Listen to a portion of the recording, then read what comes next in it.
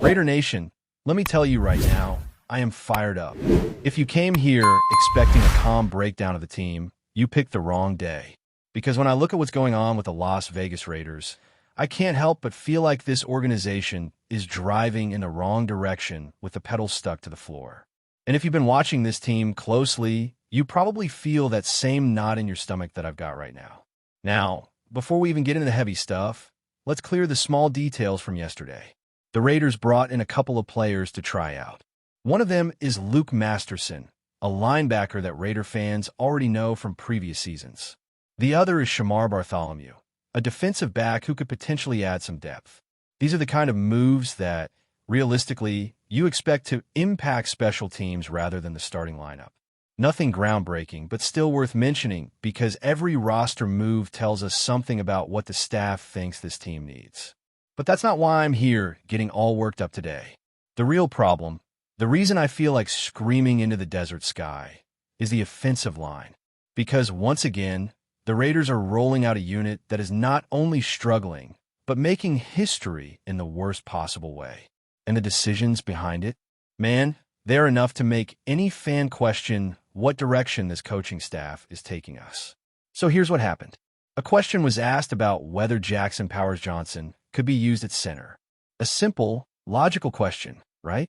After all, last season there were stretches where the offensive line actually looked competent with him in that spot. You had Colt Miller at left tackle, Jordan Meredith at left guard, Dylan Parham at right guard, DJ Glaze at right tackle, and JPJ holding down the middle. That five-man group wasn't elite, but they held their own. They gave the quarterback a chance. They created at least some holes in the run game. It was average at best, but compared to what we're seeing now, average feels like a dream. And then comes the response. A flat-out, absolute no. No discussion, no, we'll see, no, we're evaluating. Just a hard rejection. And that, my friends, is what makes my blood boil.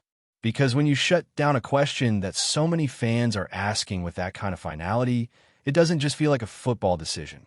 It feels personal. It feels emotional. It feels like ego is driving the bus instead of common sense. And when a coach puts ego ahead of results, that's when a fan base has every right to be alarmed. Think about it. This team right now is on pace to give up 68 sacks. 68. That would be the worst mark in franchise history since the late 1960s, back when the game wasn't nearly as pass-heavy as it is today. That's not just bad. That's historically disastrous. And what makes it sting even more is that pass protection, believe it or not, has actually been the better part of the equation. The run blocking? Forget about it. It's been a complete collapse, one failed assignment after another. So when the team has an option, a proven option, that at least gave us stability last season, why on earth are we not exploring it? Why slam the door shut on something that could help? If the line was performing well right now, sure, I could understand saying, we're sticking with what works. But it's not working. It's falling apart week after week, and instead of adapting, instead of making logical adjustments, we're watching the coaching staff dig in their heels. And here's the part that really gets under my skin. The only position that we keep hearing about as a so-called competition is right guard. That's it. According to the staff, Alex Kappa and Jackson Powers-Johnson are battling for that one spot. But let me ask you this. Why is that the only position being evaluated? Has DJ Glaze earned a free pass at right tackle despite regressing in a major way this season? Has Jordan Meredith been so dominant that we can't even talk about a shakeup at center? What about Dylan Parham, who clearly has taken steps backward? Why is no one else under the microscope? When only one player seems to be put on the chopping block, it starts to feel like a vendetta. It starts to feel like this isn't about performance anymore, but about stubbornness. And Raider Nation, that scares me, because this franchise has been down this road before.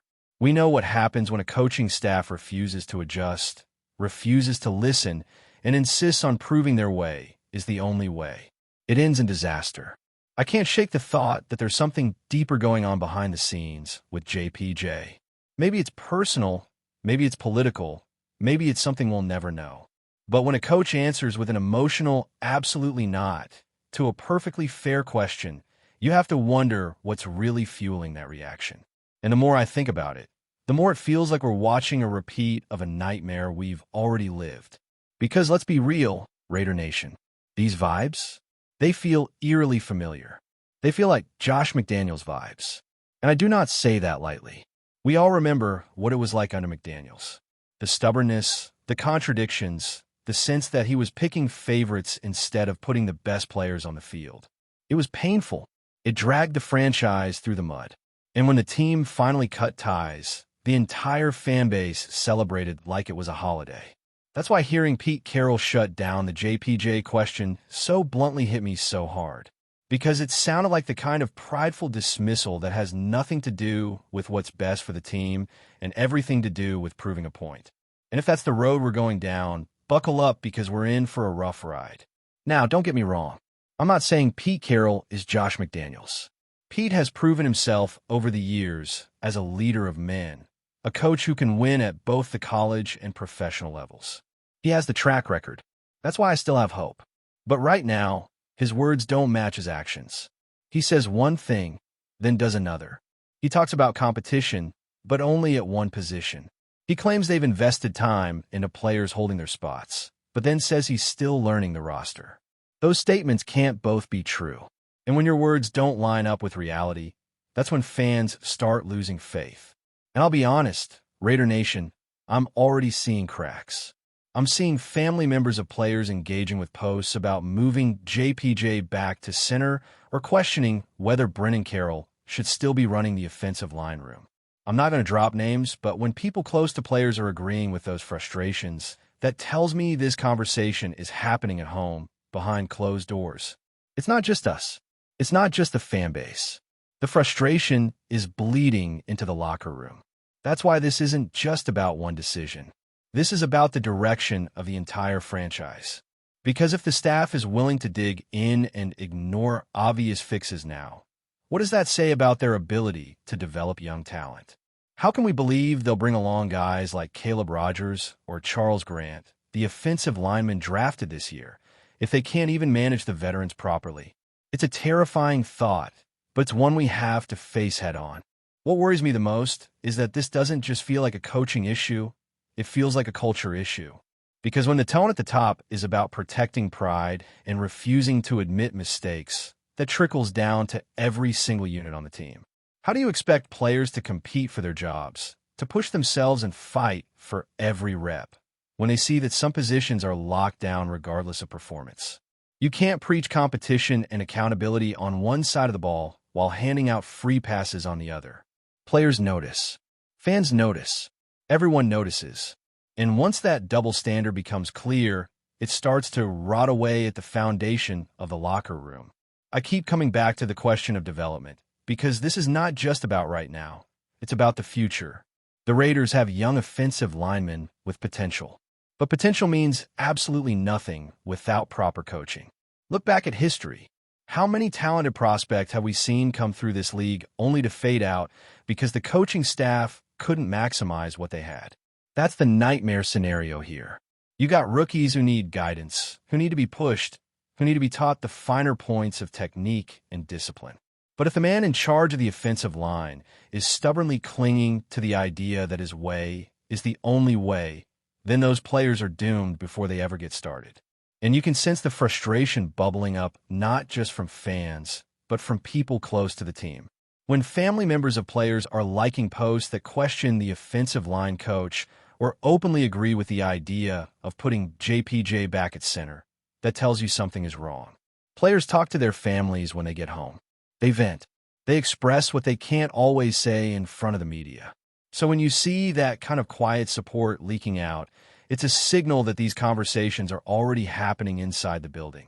The bigger picture here is about trust. Raider Nation wants to trust this staff.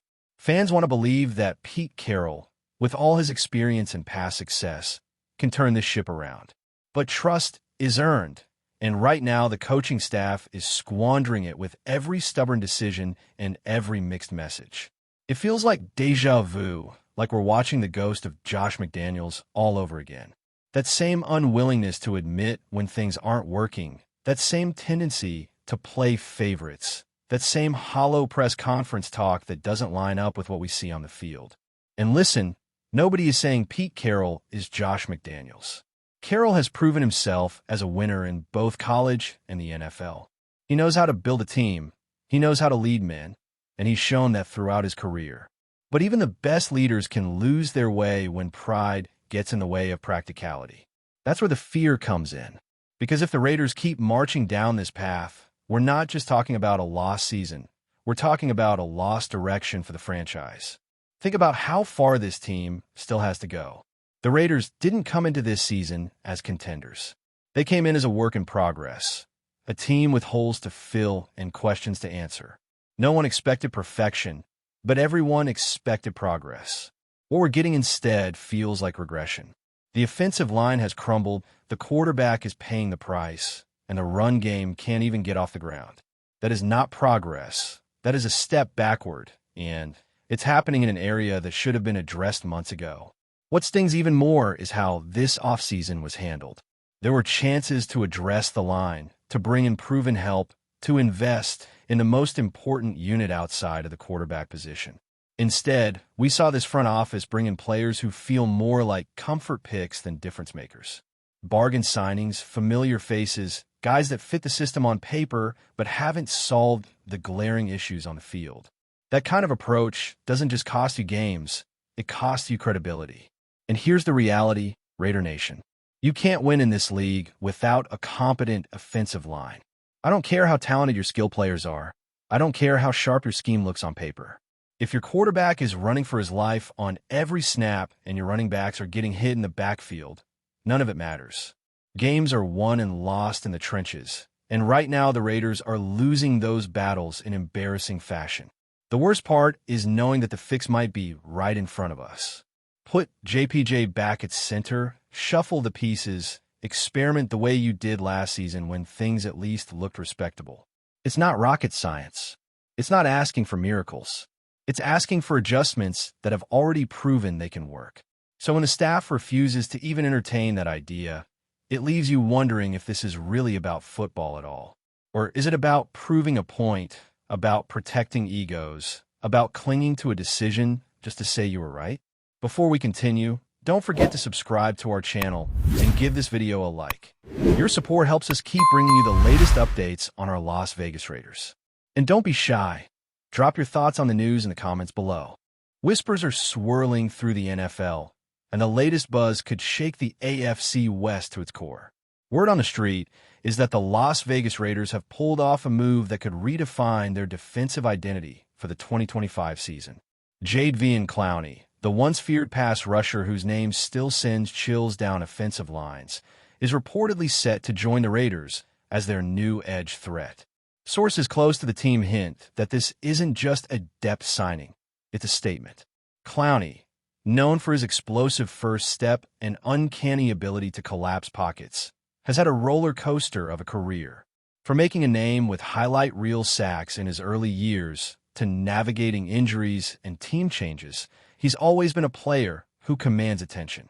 The Raiders, who've been criticized in recent seasons for a defense that too often looks porous against elite quarterbacks, might finally be signaling a serious shakeup. Imagine the chaos in the backfield when CLOWNEY lines up opposite Chandler Jones, or even shares snaps with him.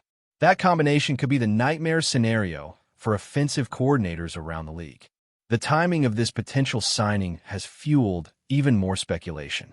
With the 2025 draft and free agency landscape still unfolding, could Las Vegas be sending a message to the rest of the NFL that they are fully committed to contending now?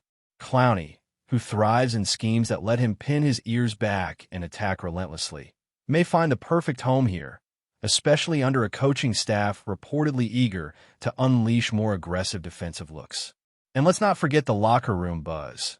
Veterans and young stars alike could benefit from CLOWNEY's experience, both on the field and in teaching the nuances of elite pass rushing. Of course, nothing is official yet, but the mere rumor has already fans imagining what the Raiders' defense could look like in 2025, a unit that's fast, ferocious, and full of swagger. If CLOWNEY does sign, it could be one of the more electric headlines of the offseason, turning a team often known for its high-octane offense into a force to be reckoned with on both sides of the ball. NFL insiders are buzzing. Social media is alive with speculation, And one thing is clear. Wherever JADEVON CLOWNEY goes, he brings noise, disruption, and the possibility of a season no one will forget. That's it for this update. If you enjoyed the video and want to stay updated with exclusive news about our Las Vegas Raiders, be sure to subscribe to our channel and hit that like button. We can't wait to hear your thoughts in the comments. See you in the next video.